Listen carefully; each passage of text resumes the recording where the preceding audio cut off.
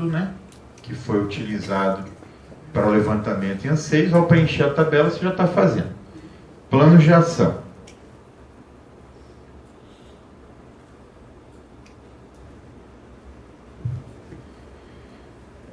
Deverá ser descrito todo o planejamento das ações necessárias para a materialização dos objetivos estabelecidos, através do 5W2H que vocês conhecem, contendo meta quantificada e um prazo estabelecido, incluindo necessidade de recursos materiais, humanos, tecnológicos, bem como atribuição de responsabilidade a todos os integrantes da equipe. Quando não aplicável, item custo do plano de ação, o campo deverá ser preenchido com NA, não aplicável. Aqui eu gosto de destacar que custo não é só terceiros, né? Porque a gente tem, contratou um terceiro, tem custo. E botar um funcionário de vocês 3 horas por dia trabalhando durante 2 meses não é custo? Vocês custam para a empresa. A menos que seja alguém à toa na empresa, talvez alguém vai ter que fazer 1 hora extra. Por que isso é importante? Porque toda vez que eu for levar um plano de ação para uma diretoria ou para o meu gestor aprovar, eu tenho que dizer para ele que recursos eu vou gastar. Porque ele pode aprovar o plano achando que é uma boa ideia, que deve fazer, mas se você falar para ele que vai ficar um funcionário durante 3 semanas, a manhã inteira, por conta daquela ação lá que você está propondo, talvez ele não aprove. Ou então, peraí, mas quem que você está pensando que vai fazer isso? Ah, é a Juliana. Ué, mas peraí, a Juliana está trabalhando 8 horas por dia, está lotada. Essa ação que vocês estão propondo de melhoria aí, ela vai fazer o trabalho dela que horas? Você tem que discutir isso na hora que você está planejando, né? Não depois. Porque aí quando, não, beleza, aprovou o plano, porque Juliana é recurso interno, não tem problema, custo zero. Aí quando começa a implementar, ou a Juliana começa a ficar desesperada, porque ela não dá conta de fazer tudo, ou lá no meio do aperto vão lá pedir, tem que fazer hora extra. Mas peraí, você não falou que ia pedir hora extra. Você não falou que ia gastar, que eu ia ter que gastar dinheiro com isso. Ou que eu ia ter que botar alguém para ajudar, que eu ia ter que... Então, quando você estiver fazendo um plano de ação, pensa nisso. Recurso é um item que... Tanto que o pessoal fala assim, tem um 5W2H, né? E o 5W1H. Tem gente que usa essa expressão, que eu não gosto que tire. Por mim tinha que ser só o 2H. O que é o 1H que eles tiraram? Que era o how much, que é o quanto custa. Não, porque aí não precisa, porque é interno, nós vamos fazer. Não, custa sim. Alguém vai ter que fazer e esse alguém tem um custo. Então você pode botar inclusive horas de trabalho, não vou botar em reais, mas custa 3 horas diárias por 2 semanas. Ou custa um funcionário tanto tempo. Então não necessariamente quanto custa em dinheiro, mas quanto custa em tempo, né? E aí nota máxima. Planos elaborados com conteúdo abrangente a todos os aspectos envolvidos, com ações definidas para a causa central, consistente com a relação o que, quem, quando, como, porquê, meta mensurável e responsáveis, refletindo um efetivo planejamento para a solução do problema. Se alguém está com esse documento impresso e gosta de pintar as coisas, sublinha esse pedacinho aqui, Para começo de conversa, vocês já estão reparando que eu só falo da nota máxima, né? Eu nem leio as outras, porque é nela que vocês têm que focar. O que eu preciso fazer para ganhar a nota máxima? Esquece a média e a mínima, só vai servir para justificar porque que vocês perderam o ponto. O trabalho de vocês é ler o texto em cima que o item fala e o que a nota máxima diz. O que ela diz você tem que fazer, não precisa nem ler o resto. Porque o resto você está já pensando em não ganhar a nota máxima. E vocês têm que pensar sempre em ganhar a nota máxima. Então, olha sempre o quadrinho. O que tem aqui na nota máxima e o que o meu trabalho tem que ter para eu conseguir brigar pela nota máxima. Porque se eu já entregar um trabalho que não tem o que está previsto na nota máxima, eu já sei que naquele item eu vou perder ponto. E não é isso que eu quero. Então, quem for sublinhar, sublinha isso aqui. Refletindo um efetivo planejamento para a solução do problema. Então, para o avaliador dar uma nota máxima, ele tem que estar convencido que aquele trabalho foi conduzido de forma planejada. O que é isso? Você me apresenta um trabalho que usou 5 GUT, 3 reuniões de gerenciais, sei lá, de não sei o quê, 2 estudos de Pareto, 8 espinhas de peixe, ao longo de um ano, e você me apresenta um plano de ação de 5 linhas, bem macro assim, não sei o que, em 2 meses, não sei o que lá mais 2 meses, não sei o que lá em 2 meses. Como é que você quer me convencer de que refletiu um efetivo planejamento para a solução do problema? O que você está me passando a gente usou essa ferramenta, aí vamos ver o que dá. Aí foi para essa, vamos ver o que dá. Aí apontou para lá, a gente foi implementar não sei o que, e foi. Aí, não, vamos fazer um treinamento para conscientizar as pessoas. Aí não planeja nada, aí hoje é o dia do treinamento. Aí está lá, tudo bonitinho, aí dá o treinamento, tira foto. A partir daí vão ser feitos folders e não sei o que lá, de uma campanha de divulgação, e que vai ter 10 coisas que a gente vai ter que correr atrás. Aí daqui a pouco aparecem as fotos dos folders que você fez, a disposição das coisas, tudo lá o resultado. Aí eu olho lá no planejamento e falo, mas peraí, os caras nem planejaram isso, não consta no planejamento. A impressão que está dando para a gente é que esse grupo, simplesmente eles vão ter na ideia e falam assim, gente, você ficou responsável para fazer o evento, se vira lá, faz o evento. Aí você, fulano, ficou responsável de fazer o material gráfico, se vira. Aí o cara pega, corre atrás, rala, vai, liga para não sei o que, não planeja nada. E tenta um, tenta outro, não sei o que, no dia ele consegue lá as coisas. Aí o outro também. Isso não é PDCA. Começa com P de planejar. O item plano de ação existe para que você planeje as etapas. E use o 3 gerações para verificar se o que você planejou deu o resultado. Primeiro, se ele foi feito, né? Porque às vezes você planeja uma coisa, mas não consegue realizar. E uma vez que foi realizado, você conseguiu ter o resultado. E se não tiver, você vai tomar uma ação, revisar o planejamento e melhorar. Às vezes a gente vê cases que a sensação que você tem, pelas evidências, é que ninguém planejou nada. Vai tendo as ideias, vai fazendo. A galera é boa de trabalho, a gente sabe aqui no grupo que vocês realmente são cobrados por resultado. O pessoal é bom, sabe? Entrega na mão, fulano resolve. Só que as ferramentas, o modelo não quer que entrega na mão e resolve. Quer que entregue na mão, que você planeja e que você resolva. Não sem planejar. Então tem gente que nesse item, poxa, mas aqui, ó, eu fiz o plano aqui, ó, e você não deu 10. Mas teve grupo que realmente planejou cada etapa com um rigor de detalhes que você dá para confiar que realmente os caras planejaram, verificaram e tal. E tem grupo que você vê que realmente o cara botou um planinho lá de 4 linhas lá, tá aqui o plano, para ter um plano.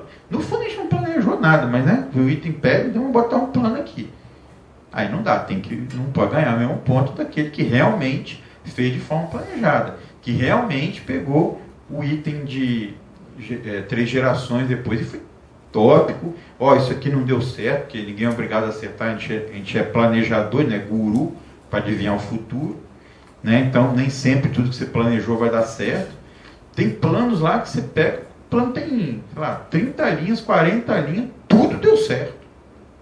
Pô, não é possível que não teve alguma coisinha ali que pode ter sido, né? Talvez realmente o negócio deu tudo certo, mas aí na auditoria você vai conversando, você vai descobrindo que a coisa foi feita meio nos trancos e barrancos, assim, sem planejamento. Os caras foram tendo ideia, vão melhorando, vão fazendo, vão melhorando. Quando viu o negócio, deu resultado.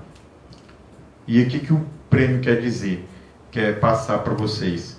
Planeja, que tem mais chance de dar certo.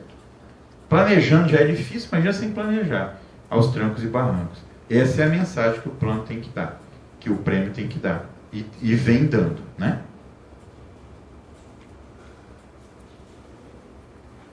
Então, alguma dúvida até agora?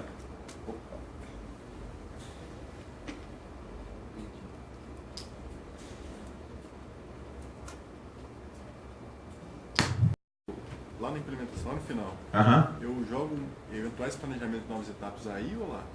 Pode. Eu falo na pasta lá. Não, na pasta você coloca aí. Aí mesmo.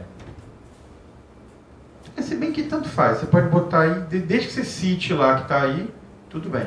Ou pode colocar lá também. Pra gente porque eu não lembro agora se tem pasta para implementação. Eu não lembro de cabeça todas. Vamos conferir aqui. implementação e reflexão. É melhor colocar lá mesmo. Mas o importante é você citar. Se você citar lá, que está na plano de ação, a gente pode olhar lá. Mas pelo raciocínio lógico, é melhor você botar lá mesmo. Mais alguma dúvida? Beleza, vamos para o lanche então, e daqui a pouco a gente volta.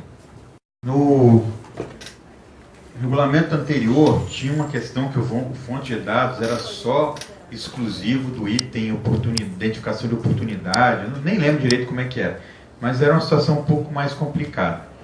Agora, ele é usado para todo o trabalho, né? Então, ó, fonte de dados. Quais as fontes de dados utilizadas? Fontes rastreáveis. Todas as fontes de dados necessárias foram utilizadas e possuem fonte de dados rastreáveis. Esse também tem uma tabelinha.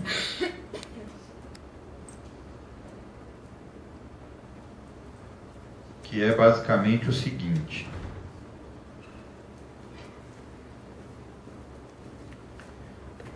Qual é o dado? Então, pesquisa de satisfação do cliente. Fonte, Instituto Futura. Localização para rastreamento. C2. Meus documentos, sei lá o que, rede, um local para poder achar. Porque às vezes vocês não vão ter como ter botado no CD, né, uma determinada fonte, uma determinada informação. Às vezes é um site, aí você deu até um print screen, colocou lá a telinha do site no arquivo lá, dentro da pastinha lá tal. Mas a gente pode querer acessar essa informação, se for web, por exemplo. Aí você bota o endereço, www e tal, no lugar que você baixou aquela determinada informação, de onde você tirou aquele dado, né? Um levantamento que você fez. Às vezes isso está dentro do sistema lá de vocês. Aí você vai colocar, ó, o dado tal, a fonte e local para rastreamento. Nosso sistema, não sei o que, menu, não sei o que. E aí lá na avaliação em loco, a gente vai lá verificar. Vai acessar esse link aí, que a gente não tem acesso durante o nosso trabalho interno lá. A gente não tem acesso, a gente não tem senha para entrar no sistema de vocês. E tem alguma coisa que seja relevante que vocês querem colocar. Só que não tem como botar naqueles arquivos lá, porque isso está dentro do software de vocês. E é uma fonte de dado importante. Então você cita o endereço, e aí a gente pode, no dia da avaliação em loco, né, antiga auditoria, identificar essa informação e confirmá-la. Então, ó, depois só implementação e reflexo aqui vai ter uma tabela.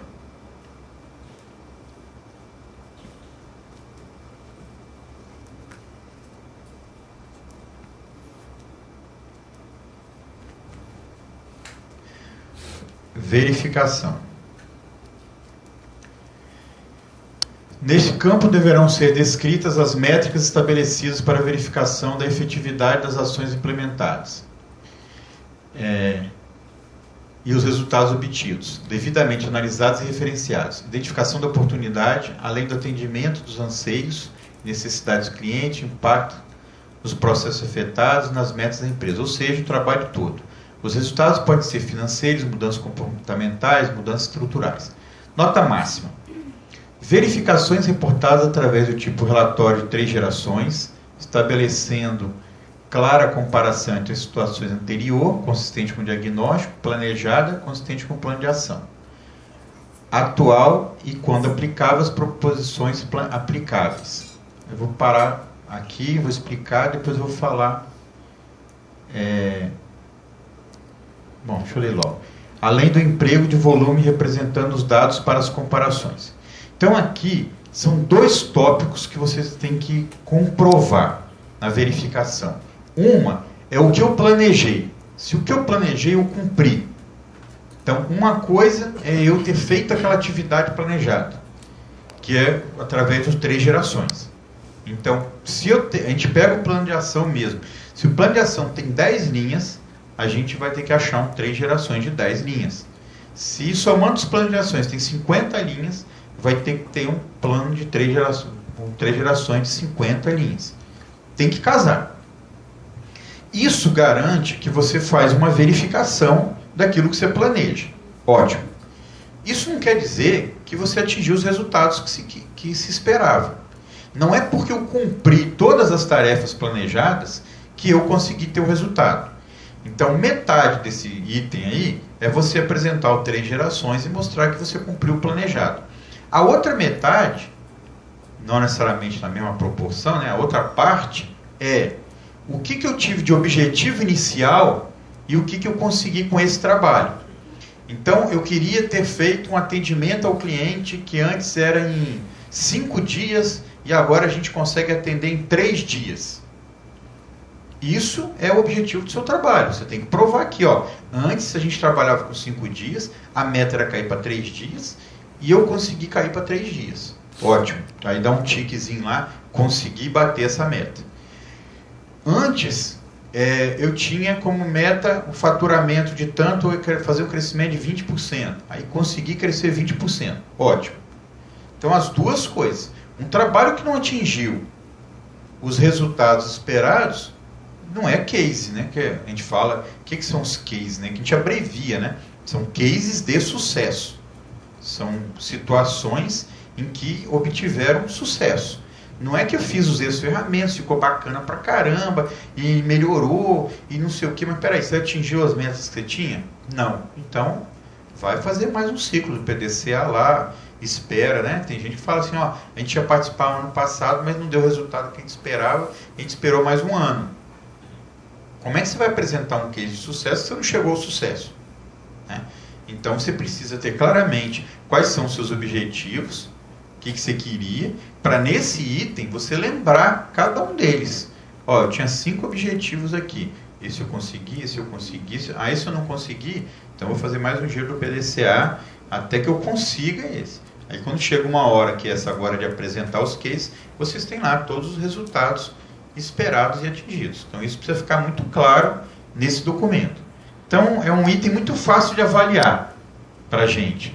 É pegar o plano de ação, em vez de ter 3 gerações coerente para cada plano, e olhar para os objetivos iniciais de vocês, se esses objetivos foram atingidos. Pronto. Se não foi, não vai conseguir nota máxima. Implementação e reflexo.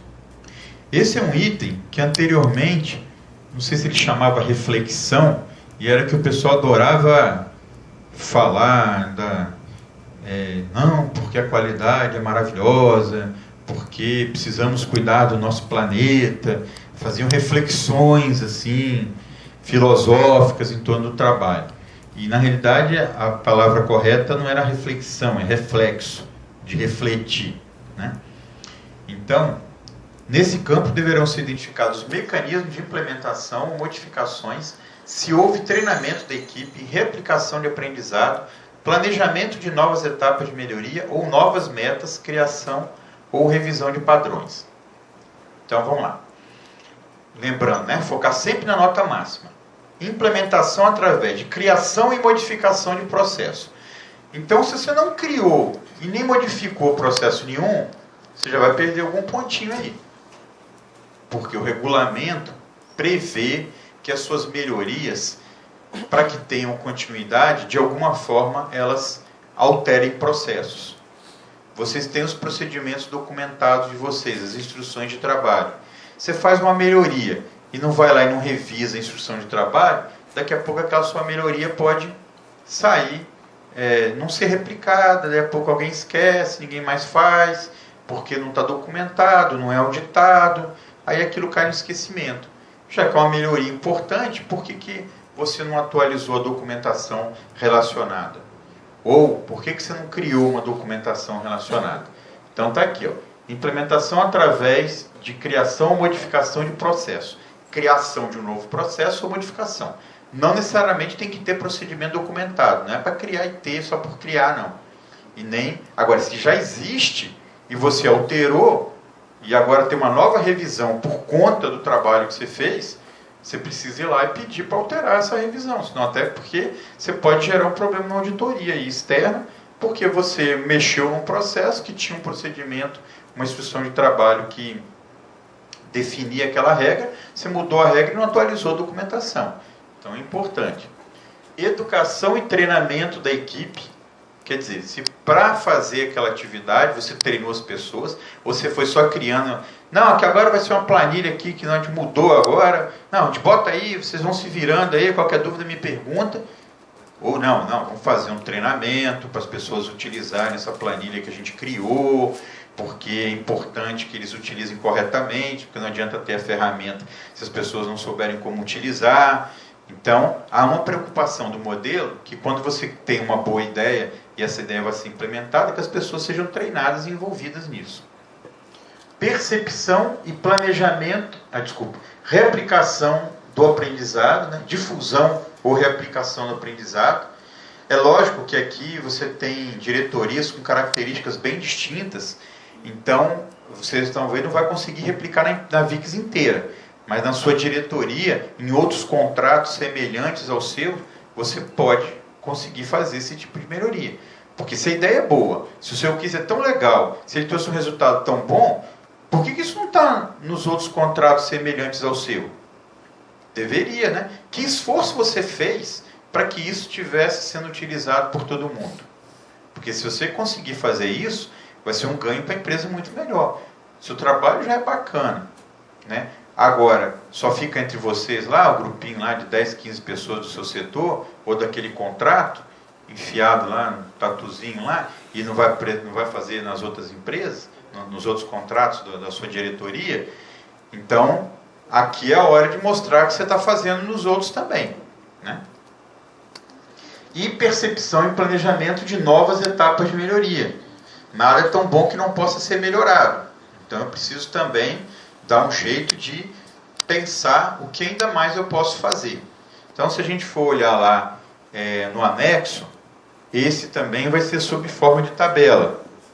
Porque esse era um item que o pessoal adorava encher de foto, né? Quando o pessoal não tinha muito o que escrever, treinamento, aí saía botando um monte de foto de treinamento lá. Aí, do mesmo treinamento, o cara botava, não sei quantas fotos, foto daqui, foto de lá, foto daqui, né? Aí, poxa, o que a gente está querendo saber, dá para explicar, não precisa botar foto.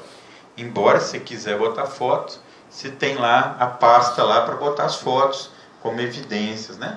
Então, ó, são os 4 tópicos que eu destaquei na hora que eu estava lendo a pontuação máxima, que você tem que ter o que escrever.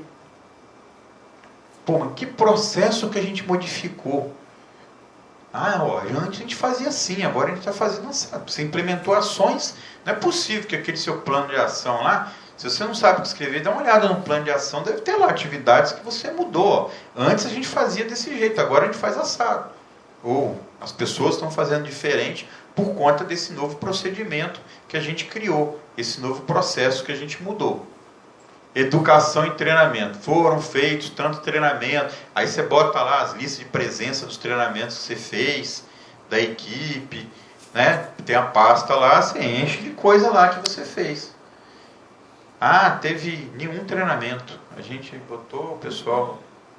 Aí a sua pastinha lá vai ficar lá em branco, entendeu? Aí a gente vai olhar, poxa, né? Então, no próximo você já vai ter o que falar. Difusão e replicação do aprendizado. Em que situações isso aconteceu, e a percepção. A grande vantagem da tabela é contra aquela história do enche linguiça, né? Por quê? Porque tem gente que tem conteúdo e não usa a tabela, escreve e apresenta o seu conteúdo lá, beleza. Não tem problema nenhum, ótimo, ele conseguiu passar a mensagem que ele queria. E aí ele tem o conteúdo para os 4 itens, ele faz um texto corrido, estaria bom também. Agora, quando o cara não tem, quando o grupo não tem, ele num texto corrido, ele vai tentando enrolar ali e tal, e aí ele fala, mas diz, mas não diz. Quando você põe uma tabela, não tem como. Ele vai botar o quê? Um tracinho, né? Se ele não tem o que dizer, ele vai dizer o quê? Ele vai ficar falando ali um monte de coisa? É muito simples aqui, ó. Criação. Os processos modificados foram. Ou foi criado o processo tal. Acabou. Não tem o que conversa. Como é que é o seu nome? Júlio. Júlio, aquela pergunta que você fez do mapa de processo, talvez aqui você possa salvar o mapa, mas não no contexto de abordagem de processo, mas de modificação de processo. Você botar uma figura lá, falando assim, ó, o processo antes era assim, e agora o processo é assado. Porque você não vai poder botar texto, nada além da tabela, né? Nesse item. Mas tem uma pastinha para implementação e reflexo. Então você pode chegar lá, aquele mapa de processo aqui, não para mostrar interação e impacto, mas ó, o processo era assim, processo antigo, uma foto lá, processo anterior, processo novo. Você mudou o fluxograma. Ah, pô, legal. Então aí é uma evidência de que você conseguiu fazer essa mudança. Educação e treinamento, você enche lá dos registros de treinamento, fotos, difusão e replicação de aprendizado onde isso está acontecendo, e o percepção de planejamento de nova melhoria, aí você pode botar o plano de ação nessa pasta e fica melhor mesmo, daquela sugestão sua. Vou colocar nessa pasta então. Nessa pasta, porque vai ficar mais claro do que você ficar citando o que está na outra pasta, de plano de ação. Dúvidas?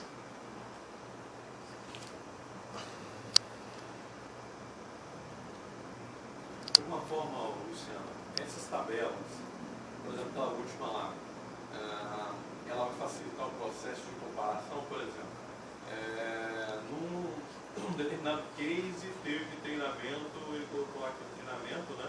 Para demonstrar a mudança do processo. E outro, por uma questão mesmo de característica do case, houve necessidade de treinamento.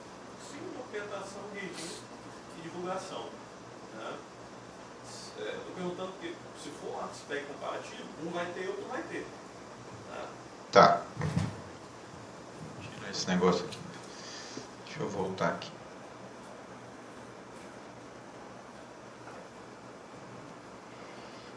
O regulamento fala, nota máxima, implementação através de criação, modificação de treinamento, educação e treinamento da equipe. O regulamento determina que de alguma forma você tem que formar pessoas a partir daquelas modificações. Se isso vai ser muito formal ou não, mas se pressupõe uma melhoria, uma modificação de um processo, você tem que ter treinado alguém para fazer aquilo diferente. Eu não consigo pensar num case onde você fazia de um jeito, agora faz de outro, e não caiba ali em alguma situação treinar pessoas. O que a gente não vai comparar é que um treinou 300 pessoas, outro treinou 3. Mas algum treinamento tem que ter tido. Porque se o processo foi modificado, gente, agora a gente não vai mais trabalhar assim, a gente vai trabalhar assado.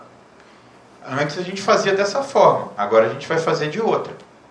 É difícil convencer o avaliador de que não cabia treinamento. É muito provável, assim, quase que dando certeza, de que ele sempre vai falar assim, mas aqui você podia ter treinado fulano, nem que fosse um treinamento informal aqui, sentado na frente do computador, explicando como vai fazer. Porque se o regulamento pede nota máxima para foi feito meio de qualquer jeito, você vai ter o média. E o máximo você tem que ter aquele completão lá. É isso mesmo, o regulamento é bem amarrado. Porque a ideia, é que a gente não está fazendo um regulamento pensando em quem já fez. Está pensando em que ele sirva de guia para que ao fazer o meu case, eu pense assim, peraí, onde tem treinamento? A gente tem que treinar. Não, porque não precisa de treinamento. Não precisa, o regulamento fala que tem. Aí quando você for cutucar, você vai descobrir que realmente caberia ali um treinamento de alguém, ainda que restrito. Na verdade, um exemplo, eu estou trazendo no âmbito geral das tabelas. Né? Tem tabela para vários tópicos. Né? Então, se a tabela servir para um aspecto comparativo, porque você imagina, para nós que estamos muito administrativos, é difícil, por exemplo, mostrar para o auditor qual foi o impacto no cliente externo. Nós temos muito contato com o cliente interno. Às vezes nenhum com o cliente externo. Por isso a pergunta se é comparativo. O cliente externo, muitas vezes, nós precisamos se esforçar tanto para demonstrar os ganhos que nós tivemos, o impacto que tivemos no cliente externo. cliente externo.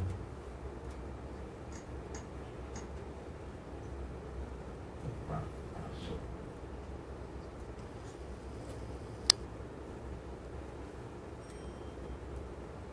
Foco no cliente interno e externo. Deverá como foram considerados os anseios dos clientes interno e externo envolvidos. Identificação dos clientes internos envolvidos. Todos os clientes internos e externos foram contemplados. Esse aqui, que é a chave da história. Todos os clientes internos e externos foram contemplados. Se você não tem externo, importante é que todos sejam. Aí o que vai caber na avaliação do auditor, do avaliador, junto com vocês, uma auditoria, e aí no texto você já escreve isso, deixar claro, ó, o único cliente externo que a gente tem é esse, e a gente tem um impacto muito indireto dele, para não dizer que não tem nenhum. Porque, de forma indireta, todo o setor administrativo tem, né? Mas, às vezes, é tão direto, que a gente pode quase dizer que não tem cliente externo. Mas aí, o regulamento, ele é, ó, todos os clientes internos / externos foram contemplados. Todos os que existem. Se não existe, não tem problema você não ser contemplado. Interno todo mundo vai ter, externo pode ser que não. Então você não poderia ser prejudicado no caso de você não ter cliente externo. E aí a tabela tem um campo lá, não, mas eu não tenho cliente externo. Se realmente você não tiver, mas de alguma forma meio que independente, você às vezes não tem nem acesso ao cliente externo. Igual lá, você está na área de aquisição, né? Então, às vezes você, com a peça que vai comprar do... né, é bem indireto, põe indireto nisso. Então você vai focar nos seus internos, né? Mas a sua preocupação é válida. E isso é uma coisa que a gente tem que estar sempre atento. Dentro do que a gente tem de cliente, se a gente foi atrás deles, se a gente procurou saber qual o impacto que isso tem. Senão fica uma forçação de barra, querendo fazer um vínculo com um cliente longínquo lá, que na prática não existe essa relação. Só porque a tabela diz que tem que ter. Aquela tabela ali, tendo, é igual aquela coluninha dos impactos positivo e negativo. Eu não estou dizendo que vocês têm que ter impacto negativo. Estou dizendo que se tivesse, é ali que você vai colocar. Mas talvez você não identifique nenhum impacto negativo. Ah, não, mas eu vou ter que arrumar um impacto negativo porque tem uma coluna dizendo que tem impacto negativo. Não necessariamente. Talvez não tenha. Porque aí é inerente ao seu processo, ao seu trabalho. Não tem, acabou. Agora, fazer um plano de ação, tem coisas que eu posso correr atrás. E aí eu consigo colocar. Beleza, vai? Alguém tiver mais alguma dúvida? Bom, então aí agora a gente vai para... Acabou aqui. Auditoria em loco. Então, aqueles que tiverem mais de 80% serão avaliados em loco. Lembrando que a avaliação, então, ela não tem uma pontuação diferente. E aí, o que antes a gente chamava de auditoria, que agora a gente está chamando de avaliação em loco, ela passa a ser o quê? Contar a história do case, né? Então, é entender melhor, né? O avaliador vai falar, ó, você está à disposição aí, eu tenho um tempo aqui para você me contar a história do seu case, como é que funciona. Abre lá o computador, vai mostrando as pastinhas que vocês colocaram, os arquivos, e você vai explicando. Se nesse meio tempo que você está explicando, ele não entende, poxa, eu tinha entendido errado, não era bem isso que eu estava esperando, que eu tinha entendido, ele vai lá e corrige a nota dele, tanto para menos ou para mais. Ele vai perguntando. Não tem por que ficar nervoso, tem que ficar preocupado, porque você só vai contar a história. Você só vai esclarecer melhor aquilo que você falou assim, poxa, mas eu não tive condições de explicar bem no texto, porque eram só 7 páginas. Então ali você explica, falando da melhor maneira possível. As suas evidências meio que falam por você, os arquivos que você colocou nas pastas vão falar por você, mas se ainda assim surgiu alguma dúvida, então ele vai lá muito mais para tirar dúvida do que para verificar, como se fosse uma auditoria ISO, se fez, se não fez, Porque a gente também pressupõe, né, gente, que vocês não são doidos de fazer um case fabricado, né? De inventar uma coisa que não é verdade, de botar resultados que vocês não conseguiram. Porque, pelo amor de Deus, vocês depois vamos imaginar que você passa para a apresentação, vai lá na frente da diretoria apresentar que vocês, uns números lá que a diretoria sabe que está errado. Então a gente não tem essa preocupação. Nunca tivemos de chegar lá na auditoria e ficar meio assim, será que esses números estão bons demais? Esses caras devem ter fabricado essa planilha aqui, eu quero ver se esse número está certo mesmo. Não é esse o foco nosso. O foco é entender como é que vocês chegaram naquele resultado. Às vezes a gente vai fundo em alguns pontos, como já aconteceu uma vez. Uma vez eu fui fazer uma avaliação e o case era uma pesquisa de satisfação de cliente. Eles conseguiram aumentar a satisfação de X para Y. E aí eu fui tentar entender como é que eles tinham chegado naquela conta e tal, não achando que eles tinham manipulado alguma coisa. E aí lá não ficou claro para mim no trabalho escrito, estava muito bacana o trabalho, muito bem feito, então passou para a auditoria, e eu tinha uma leve dúvida, assim, suspeita de que aquele número tinha alguma coisa errada, justamente na margem de erro, né? Quando eu fui conversar com eles na avaliação, nós juntos chegamos à conclusão que a margem de erro era maior do que a meta que eles estavam calculando, enfim. Não haveria certeza se eles realmente tinham conseguido o resultado, porque se eu botasse a margem de erro para mais ou para menos, ele entrava num range lá que simplesmente pode ser que eles tenham superado em muito a meta, ou pode ser que eles não tenham atingido a meta. E aí eu mostrei isso para eles, e aí a auditoria civil para isso. Eles já foram para a apresentação meio que assim, mas aí então a gente não tem mais chance, né? Foi a única vez em todos esses trabalhos que eu tive que falar assim, realmente eu não tenho evidências que vocês conseguiram atingir a meta. E aí um case campeão que o avaliador não tem certeza se vocês atingiram a meta, só que eu não tinha como afirmar isso na hora que eu estava lendo no escrito, eu precisava ter ido lá mesmo, como o trabalho era muito bom. Aí eu falei, mas vocês vão lá, apresentam lá o trabalho de vocês, uma boa, não foi má fé de ninguém, foi realmente um entendimento equivocado daquela ferramenta estatística, que era a amostragem, imagem de erro, que eles não estavam sabendo fazer direito, e aí a gente identificou. Então, aí eles foram lá, apresentaram, mas apresentaram sabendo que eles não iriam ganhar, porque eles teriam perdido ponto nisso. A única vez que eu tive que, quer dizer, eles perguntaram claramente, realmente aqui eu não tenho evidência de que vocês atingiram. E aí isso aí ficou complicado.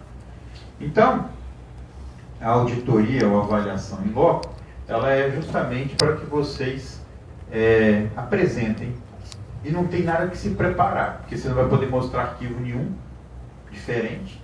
Ou é alguma coisa que você botou naquela fonte de dados, que nós vamos clicar, ou vão acessar algum site, ou é o que o auditor, o avaliador já vai levar no notebook dele.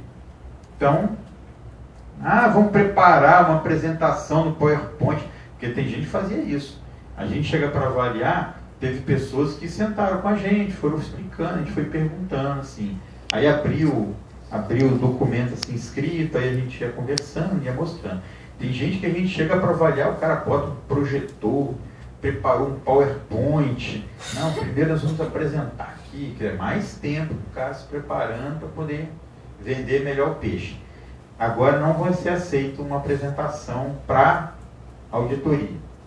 Você pode até ter o projetor, se quiser ficar mais fácil para ver o que está no computador do auditor, para não tiver muita gente às vezes, mas isso não vai fazer a menor diferença em nota em nada. Você não vai poder usar o seu projetor com o computador para preparar uma apresentação. Então, o que você pode fazer, no máximo, é ter um projetor para ficar todo mundo mais claro ver aquela evidência que você já entregou no dia 21. Vai abrir ali, agora.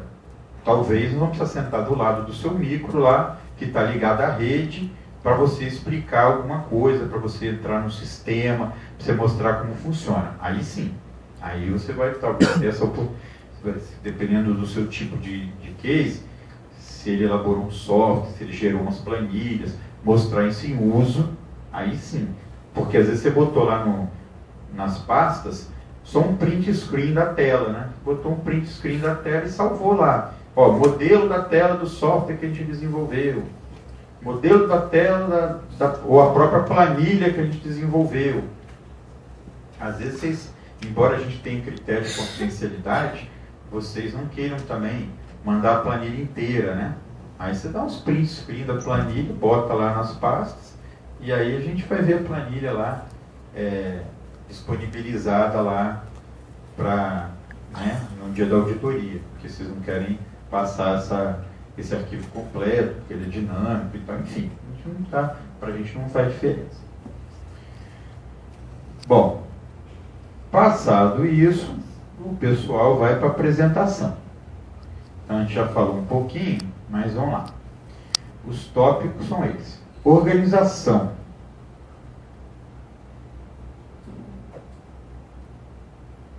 Verificação, fluidez e ritmo da apresentação.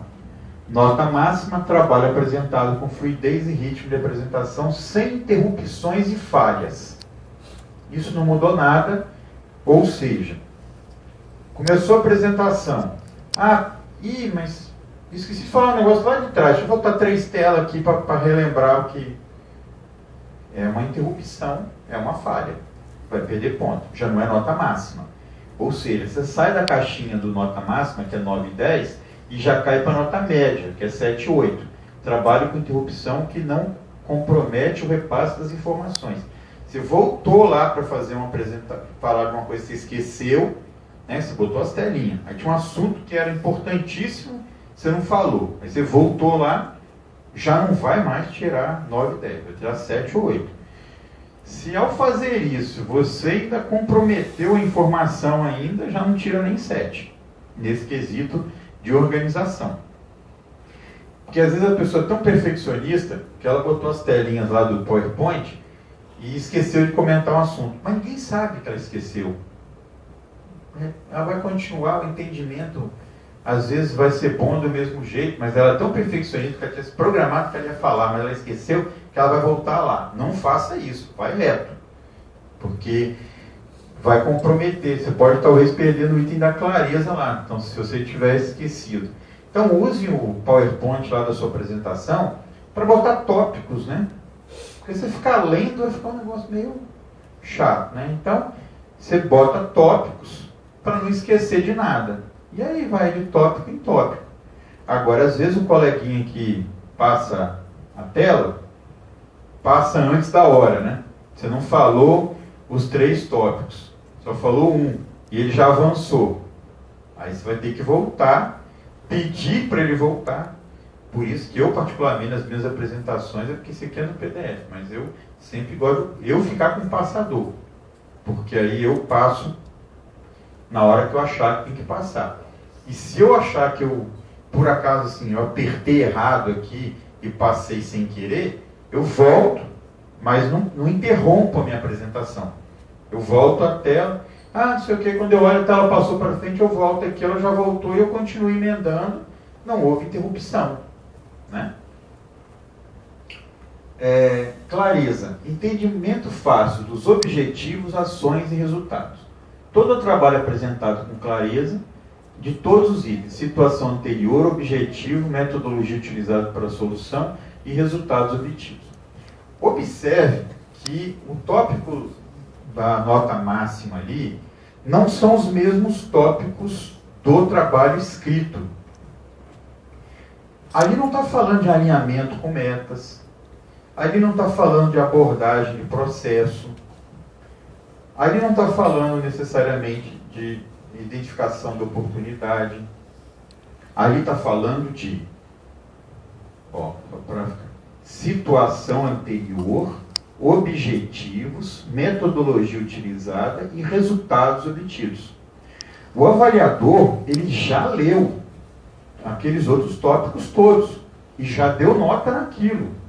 Aqui ele vai dar nota se você está sendo claro nesses tópicos de apresentação. Então, às vezes eu vejo uma preocupação de... Aí ele fala, 20 minutos é muito pouco, porque o cara quer botar todo, quer mostrar que tem abordagem de processo, quer mostrar que tem... É para quem que ele quer mostrar? Para o pessoal, para o público, para dizer que ele atendeu o requisito e ele merece ser campeão? Não, o objetivo da apresentação é mostrar para o público o que o seu trabalho fez de bom. E aí, eu preciso entender claramente, como era antes. Bom, a partir da situação anterior, que objetivos eu tracei para melhorar? Aí eu usei uma metodologia para chegar na solução e se eu conseguir atingir esses objetivos, quais foram os resultados. Então, se você quiser fazer uma apresentação clara, ela tem 4 tópicos: situação anterior, objetivos, metodologia utilizada e resultados obtidos. Não precisa complicar. Por quê? Porque às vezes você já deve ter assistido o case, que você entendeu como era antes, entendeu os objetivos do grupo. Aí ele falou das ferramentas, falou que fez isso, fez aquilo, das ações que ele fez, e aí ele não mostrou os resultados. Aí você não entendeu direito se ele conseguiu atingir os objetivos ou não. Tem outros que você assiste a apresentação, ele deixou claro quais são, como é que era antes, deixou claro quais são os objetivos, mostrou no final que ele atingiu todos os objetivos, falou das ferramentas, das coisas que ele fez, e você não entendeu. Peraí, mas eu não entendi ainda como é que ele fez para chegar nesse resultado. Então não foi claro. Então o avaliador, é isso que ele vai estar observando. Foi claro, eu consegui, quando terminou, o pessoal entendeu como é que ele chegou nisso.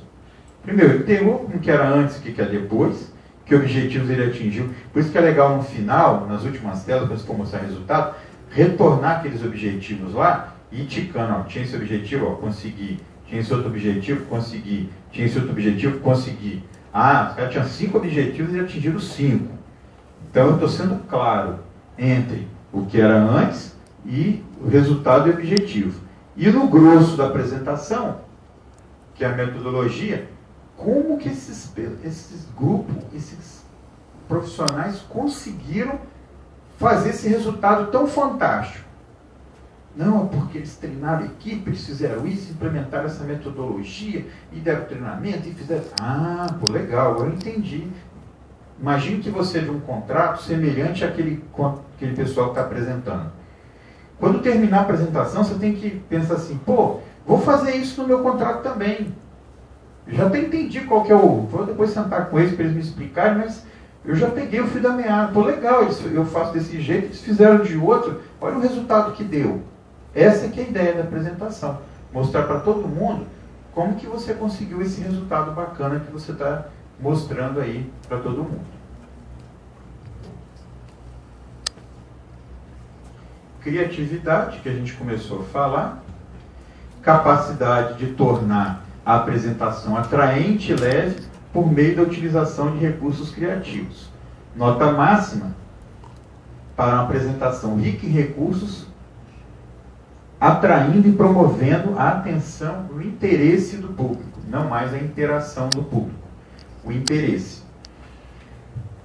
É um dia de apresentação, né? São, sei lá quantos cases que ficam aí, 8 cases, 9 num dia. Se for todo mundo só falando de uma maneira repetitiva, o pessoal vai de repente desanimar, não vai ser aquele dia de alegria como a gente está acostumado. Então é importante que as apresentações sejam dinâmicas e criativas, o que pode ser feito muito bem usando necessariamente só o PowerPoint. Agora, se você conseguir, fiz um teatro e tal, cuidado na hora de fazer teatro, essas coisas, para não ter perda do ritmo da apresentação. Tem gente que começa arrebentando, né? Você começa a apresentação, e está todo mundo aqui, vem uns caras de lá, e aí já começa falando como se fosse um teatro, e não sei o que, tudo, bacana. Aí acabou aquele negócio inicial ali, que foi 2, 3 minutos, aí começa. Não vai ganhar a nota máxima. Foi criativo pra caramba. Todo mundo morreu de rir com aquele teatro. Sim, mas e o resto da apresentação? Manteve o interesse do público? Não. Elevou a expectativa lá em cima e depois caiu. Ou então um que vai chegar no final, canta uma música, bota todo mundo para cantar, aí termina aquela coisa apoteótica assim, mas o case inteiro foi um case sem nada demais, meio enjoado, o pessoal estava achando que não tinha muita graça e tal. Então, tenta equilibrar. Quer dizer, de repente, a cada... E perderá 1 ponto a cada variação de 2 minutos, para mais ou para menos. Então, de 18 minutos e 1 até 21 e 59 é o tempo que você tem. Se você terminar em 18 e 10 ou terminar em 21 e 40, é a mesma nota 10 para esse item. Então não tem porquê, quando está em 18 e 20, começar a ficar enrolando não sei o que, para poder chegar a 20 cravado. Ué, termina com 19 logo, ué. Se você terminar com 18 e 1 é a mesma coisa com 20, para que você vai ficar enrolando? Né? Da mesma forma, se você está perto do 20, não acabou ainda, você tem até 21 e 59 para não perder, tem mais 2 minutos praticamente, quase 2 minutos, tem 1 minuto e 59. Não precisa correr também desesperado e pular telas aí, sendo que você ainda pode gastar mais 1,59, que numa apresentação de 20 minutos é um tempo razoável. Então tem uma tolerância bacana que você não precisa fazer, nem ficar enrolando, nem ficar correndo. A VIX disponibilizará local para apresentação, data show e sonorização. Os cases que necessitarem de sonorização será disponibilizado equipamento no dia anterior para 13h30, após as 13h30 para testes. Não será permitido reservar horários para beneficiar apresentações, salvo caso de força maior, por um impacto, né? Alguém vai ter que viajar para poder atender um cliente e tal, e aí vão botar o case dele primeiro, antes do almoço, porque ele vai ter que sair na hora do almoço. Aí a diretoria decide esse tipo de coisa, né? Demais equipamentos que, se fizerem necessários, serão de responsabilidade do participante. Exemplo, notebook, que é o pessoal que depois fala, mas deu um problema na apresentação, eu não posso perder ponto por causa disso. Então, cada um leva o seu computador e os seus recursos lá que você queira levar. Depois não reclama se inventou moda demais, o negócio travou na hora, você botar um vídeo todo maluco lá e o vídeo travou, foi o seu micro, a organização do prêmio não tem nada com isso. Senão depois fica complicado. A pontuação, então é essa aí. Conforme eu falei, identificação da oportunidade, aqueles dados iniciais vale 2, identificação da oportunidade 4, diagnóstico somado 17, abordagem de processo 14, isso aí também houve na revisão do regulamento, uma redistribuição mostrando o que é importante. Você vê que impacta nos processos, vamos fazer melhoria, mas se for para atrapalhar os outros, melhorar o seu e prejudicar os outros, aí é complicado. Então vale 14 pontos a visão sistêmica. Alinhamento com a meta das empresas 6, foco no cliente 6 e 6, plano de ação 9, fonte de dado 4, verificação 11, implementação e reflexo 6. E na apresentação, 5 para clareza e organização, 3 para criatividade, acho que a gente diminuiu um ponto aqui para criatividade, tá? E duração 2. Então vê que se for para você enfeitar, fazer graça e não ser claro e não ser organizado, você vai arriscar muito. Você está inventando moda demais para depois gastar num comprometimento do entendimento da sua apresentação. Então, quem é mais técnico ao apresentar, a criatividade só vale 3 pontos. Ele vai ser muito preciso na duração, são 15 pontos, 12 não tem nada a ver com a criatividade. Não tem nada a ver. Então, se você fizer a apresentação mais chata do mundo, mas for super claro, organizado e a duração, você tem 13 pontos garantidos. Se você perceber que os itens vão 5, 6, 7, 8, 9, 10, a pior das apresentações em criatividade vai ganhar 5. Quer dizer que vai ganhar metade do que tem ali na criatividade. O outro ganhou 10, então você está falando de ganhar 1,5. Então, se você não quiser ser nada criativo, quiser ser o chato do chato na apresentação, simplesmente chato é o seguinte: você vai apresentar para um gerente, você não é chato, você é técnico, você está ali apresentando. Mas num prêmio desse, os outros vão te taxar de chato, não tem nada de chato, mas como os outros fizeram graça, fizeram e aconteceram, eles ganharam, aí todo mundo adorou. E você foi o chato por ter feito uma apresentação bem feita, técnica. Mas infelizmente, você vai ser caracterizado como chato. Na prática, você está falando que você tem, se você for bem no resto todo, 10 pontos daqui, 12, mais 1,5 daqui, 13,5 na apresentação. Então, concentre em fazer uma boa apresentação do que fazer uma apresentação engraçada. Tente ser mais claro possível, mais objetivo possível, mais organizado possível, e apresente, faça uma bela de uma apresentação, que aí está valendo 13,5 pontos. Porque na pior das hipóteses, você ficar com 5 em criatividade, quer dizer, uma coisa ou outra que você colocar, já não vai ser mais 5, né? Já vai ganhar uns 6 e tal. Então você acaba não tendo muita diferença assim. Porque o objetivo é a gente passar o resultado. E de uma forma agradável. Total 100 pontos. E aí fala sobre o cronograma, divulgação. Aí tem um código de ética. O anexo da ficha de inscrição que vocês já preencheram. E o modelinho de referência. Dúvidas?